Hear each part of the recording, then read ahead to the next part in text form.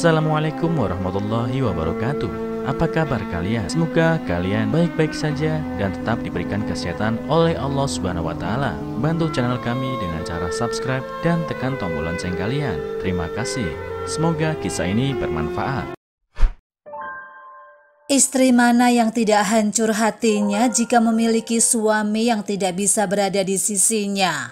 Bukan karena suaminya berselingkuh, melainkan karena suaminya terlalu berlebihan dalam menyayangi ibunya. Bahkan tak jarang dia bermain fisik karena menganggap istrinya sudah bersikap berlebihan.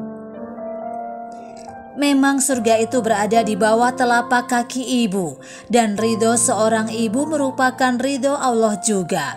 Tapi bukankah segala yang berlebihan itu akan berujung pada hal yang kurang baik? Namun itulah yang terjadi dalam rumah tanggaku, di mana aku sang istri yang tidak pernah dianggap oleh suami dan ibu mertuaku.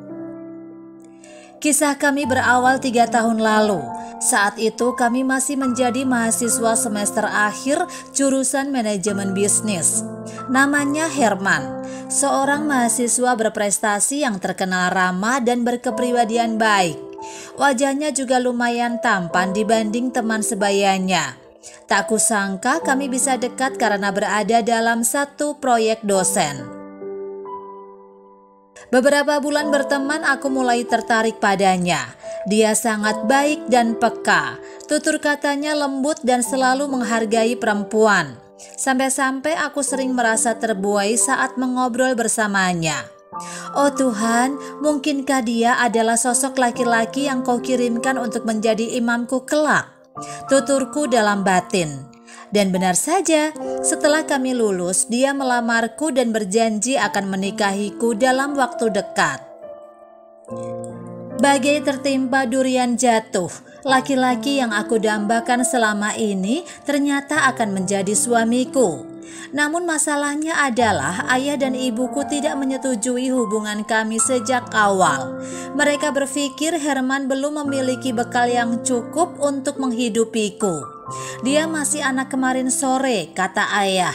Bahkan pekerjaannya pun masih belum pasti. Ditambah lagi, setelah menikah dia ingin kami tinggal bersama ibunya. Alasannya karena dia tak tega meninggalkan ibunya yang janda sendirian. Namun rintangan itu kami hadapi bersama. Herman tak pernah sekalipun ragu. Segala upaya dia lakukan untuk meyakinkan kedua orang tuaku. Bahkan ibunya pun turut mendukung dari belakang.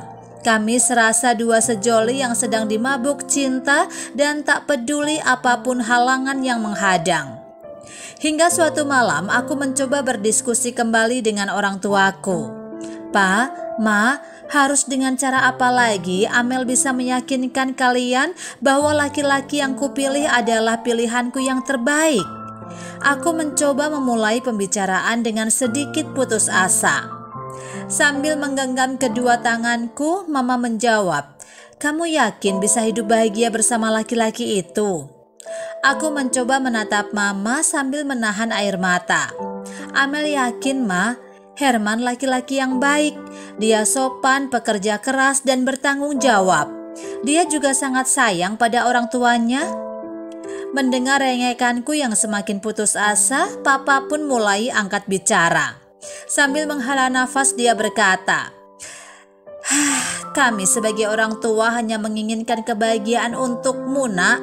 Bukan apa-apa. Kami hanya ingin memberikan yang terbaik untukmu. Kami tidak ingin melihat putri sematawayang kami yang selama ini dibesarkan dengan penuh kasih sayang hidup menderita."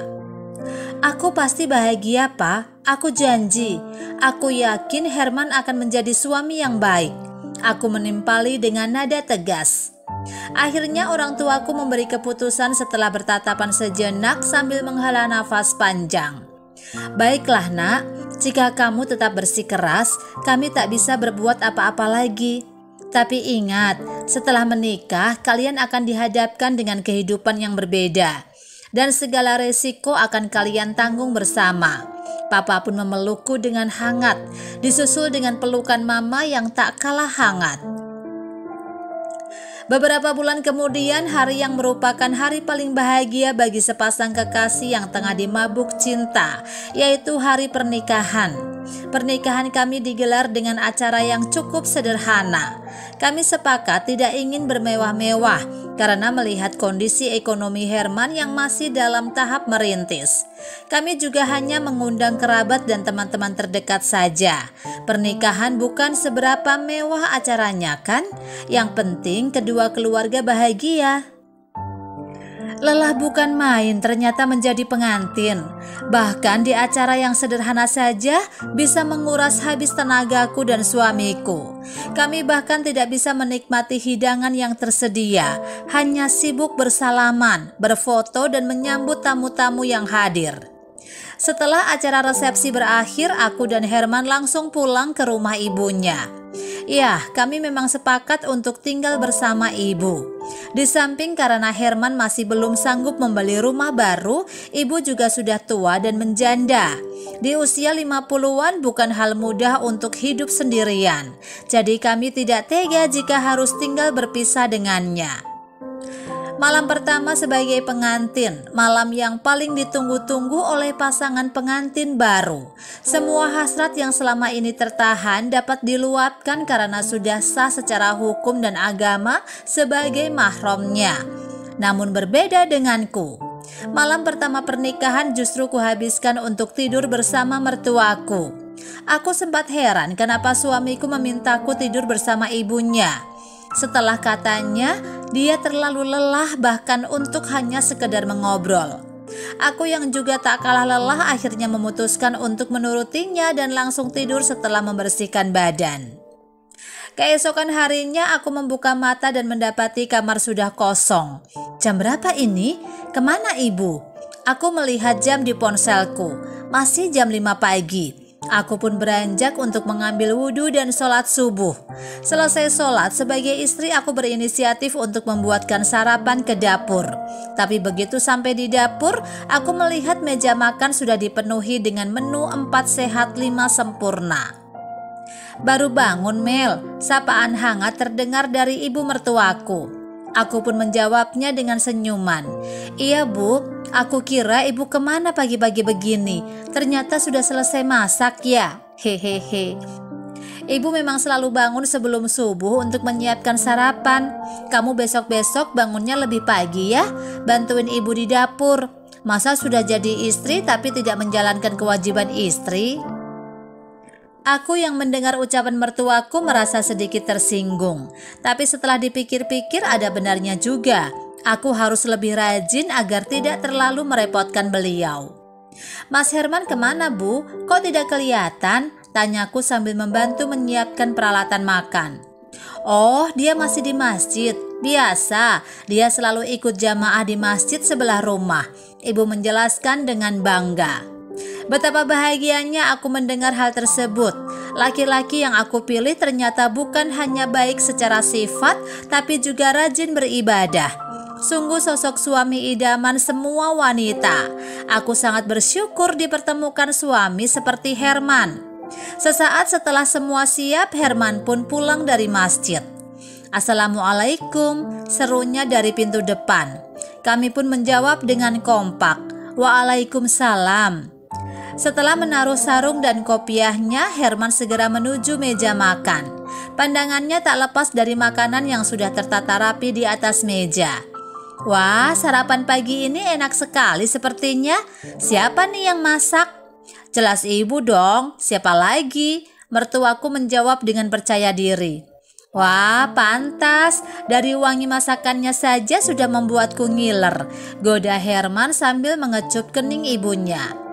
Aku hanya tersenyum malu. Ini semua karena aku terlambat bangun sehingga tidak bisa membantu beliau menyiapkan sarapan. Andai saja aku bangun lebih pagi, pasti saat ini mertuaku bisa membanggakan masakanku. Tapi ya sudahlah, aku mengesampingkan pikiran itu dan segera bergabung sarapan bersama mereka. Beberapa bulan berlalu, kehidupan rumah tangga kami mulai terasa ada yang tidak beres. Mertuaku terlalu ikut campur atas urusan rumah tangga kami. Aku bukannya menyalahkan beliau atas masalah yang ada, tapi selama ini banyak masalah yang terjadi bersumber dari beliau. Misalnya saat masalah tidur sekamar, mana ada pasangan suami istri normal yang tidur di dalam kamar yang terpisah? Bagaimana esensinya?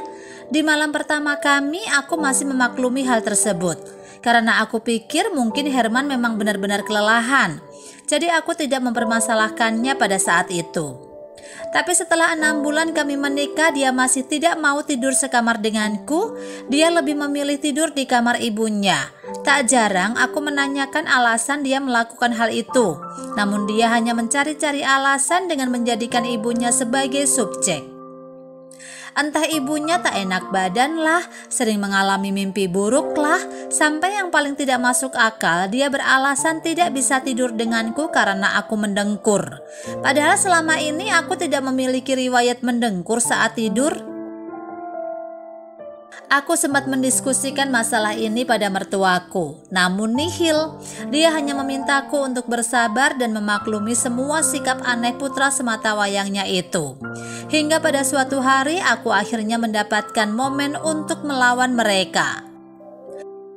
Kami sedang berkumpul di ruang televisi. Tiba-tiba mertuaku mengatakan bahwa dirinya curiga kalau aku mandul.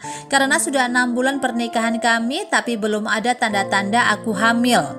Nah, disinilah aku mencoba memberanikan diri mengangkat masalah tersebut. Logikanya bagaimana bisa hamil kalau sang suami saja tidak pernah mau tidur bersama istrinya? Apakah si istri bisa hamil dengan guling? Mendengar pemikiranku tersebut sontak membuat keduanya terdiam. Terlebih mertuaku. Dia akhirnya menegur putranya agar tidak lagi tidur bersamanya. Herman hanya diam. Tak ada sepatah kata pun keluar dari mulutnya. Kemudian mertuaku mendekatiku dan menggenggam tanganku. Maafkan ibu ya Mel, mungkin Herman jadi seperti ini karena terlalu sayang pada ibu. Karena setelah kepergian bapaknya hanya Hermanlah yang ibu miliki. Aku hanya mengangguk pelan dan memeluk mertuaku. Malam ini Herman tidur di sebelahku, namun dia hanya tidur dalam artian sesungguhnya. Tak ada obrolan sebelum tidur, tak ada candaan-candaan layaknya sepasang suami istri, bahkan niat untuk menyentuhku pun sepertinya tidak ada dalam benaknya. Aku seperti tidur dengan sebatang pohon, begitu terus hingga malam-malam selanjutnya. Hari berganti hari, bulan berganti bulan, tahun berganti tahun, dan 1 tahun pun berlalu. Kini rumah tanggaku semakin tidak masuk akal. Setiap hari adalah mimpi buruk bagiku. Musnah semua impian-impian indah yang pernah terbayangkan di kepalaku. Tentang keluarga harmonis, tentang cita-cita bersama, tentang semua tujuan yang pernah kami rencanakan sebelumnya. Suatu hari di hari Minggu pagi, aku yang sudah muak dengan semua masalah yang terjadi berniat untuk pergi mengunjungi kedua orang tuaku. Kuambil 2 cangkir teh dan menghampiri Herman yang sedang menonton televisi. Aku sepertinya ingin mengunjungi orang tuaku. Boleh ya? Bagaimana ya? Aku sih tak masalah, tapi coba kamu tanyakan pada ibu dulu. Jika ibu mengizinkan, aku juga secara otomatis mengizinkanmu ke sana. Jawabnya setelah menyeruput teh. Aku mulai kesal karena responnya selalu seperti itu. Lagi-lagi ibu, kenapa sih segala sesuatunya harus berdasarkan keputusan ibu? Kan yang suamiku itu kamu, bukan ibu. Herman pun melotot mendengar suaraku agak meninggi. Loh, apa-apaan kamu? Kamu lupa rumah tangga kita bisa sampai titik ini berkat ibu. Kamu sekarang sudah berani melawan ibu. Kamu berani melawan aku. Aku pun tanpa sadar semakin meninggikan suaraku. Kamu yang lupa. Kamu lupa kewajibanmu sebagai suami. Kamu yang lupa kalau aku ini istrimu. Kamu yang lupa semua rencana yang pernah kita buat sebelum menikah. Kamu yang lupa, Rif. Seketika air mata membanjiri pipiku. Ada apa ini? Pagi-pagi sudah ribut. Mertuaku turun tangan begitu mendengar suara kami. Lalu aku tanpa sadar mulai menyudutkan masalah ini pada mertuaku. Ini semua salah ibu. Kalau saja kami tidak tinggal bersama ibu. Kalau saja kami memulai semuanya dari nol tanpa campur tangan ibu. Kalau saja selama ini ibu tidak terus-menerus menutup mata dan membela Herman. Kalau saja ibu tidak selalu menyalahkanku karena kami belum dikaruniai anak. Semua masalah ini tidak akan terjadi. Plak! Sebuah telapak tangan mendarat dengan cepat di pipiku. Pipi putih halus yang masih berlinang air mata seketika berubah warna menjadi kemerahan. Rasa sakit pun makin menjalar ke sekujur tubuh hingga aku tak tahu apa yang harus aku lakukan.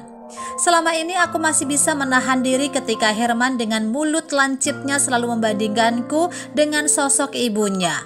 Aku pun selalu menutup mata dan telingaku ketika mertuaku mengoceh tiada henti ketika ada hal kecil yang aku tak mengerti. Namun kali ini aku sudah tak tahan lagi. Bukan hanya kekerasan verbal yang mereka berikan, melainkan kekerasan fisik yang menurutku sudah tidak bisa aku tolerir lagi. Bahkan orang tuaku selama ini tidak pernah mendidikku dengan menjewer telingaku atau mencubit lenganku sekalipun. Tanpa kuduga, laki-laki yang selama ini kudambakan, laki-laki yang dengan susah payah kuperjuangkan di hadapan orang tuaku, laki-laki yang selalu kubanggakan di depan orang tuaku, laki-laki yang selalu kusebut di setiap doaku, kini menjadi sosok laki-laki yang tak ku kenal, laki-laki yang bahkan tak pernah menganggapku sebagai istrinya. Perasaanku campur aduk, sedih, marah, benci, takut, dan semua perasaan yang sulit untuk kujelaskan. Tanpa peduli apa yang mereka berdua pikirkan, aku segera pergi ke kamar dan mengemasi pakaianku ke dalam sebuah tas jinjing. "Mau kemana kamu?" tanya mertuaku yang menyusul ke kamar. Aku hanya bisa bungkam sambil menangis tak terkendali. Apalagi yang dia inginkan sekarang? Belumkah puas melihatku ditampar putranya di depan matanya sendiri? Harusnya dia memarahi putranya itu karena sudah berani memukul istrinya. Tapi dia justru menghampiriku, sungguh di luar nalar. "Jawab ibu, kita bisa bicarakan ini secara baik-baik. Bukan seperti ini cara menyelesaikan masalah. Kalian suami istri, kalian sudah dewasa. Jika ada masalah seharusnya dibicarakan berdua, bukan kabur-kaburan seperti ini." Mertuaku masih saja tidak bisa membaca situasi. "Amel, dengar ibu. Ibu tahu kamu pasti marah atas sikap Herman barusan. Tapi ibu yakin Herman tidak bermaksud melakukan hal itu dengan sengaja. Dia hanya membela ibu karena kamu membentak ibu tadi. Sekarang lebih baik hampiri dia dan minta maaf ya. Ibu tidak ingin masalah ini semakin besar." Aku makin geram mendengar penjelasan mertuaku. Selalu saja dia membela putranya itu tanpa memikirkan perasaanku. Aku diminta untuk minta maaf. Bahkan melihat wajahnya saja aku sudah tak sudi. Lebih baik aku segera kabur dari sini daripada nanti nambah hilang akal. Setelah tasku isi penuh, tanpa babi bu aku segera keluar dari rumah itu. Sebenarnya dalam lubuk hatiku yang paling dalam masih ada secercah harapan bahwa Herman akan mengejarku untuk menahanku pergi. Namun ternyata itu hanyalah harapan bodohku saja. Boro-boro mengejar, dia justru meminta ibunya untuk memaksaku meminta maaf. Dasar laki-laki sinting. Akhirnya dengan berbekal emosi dan tekad yang kuat, aku berhasil lari dari rumah mereka. Setibanya di rumah, orang tuaku terkejut karena mendapati putri cantiknya dalam keadaan tidak baik-baik saja.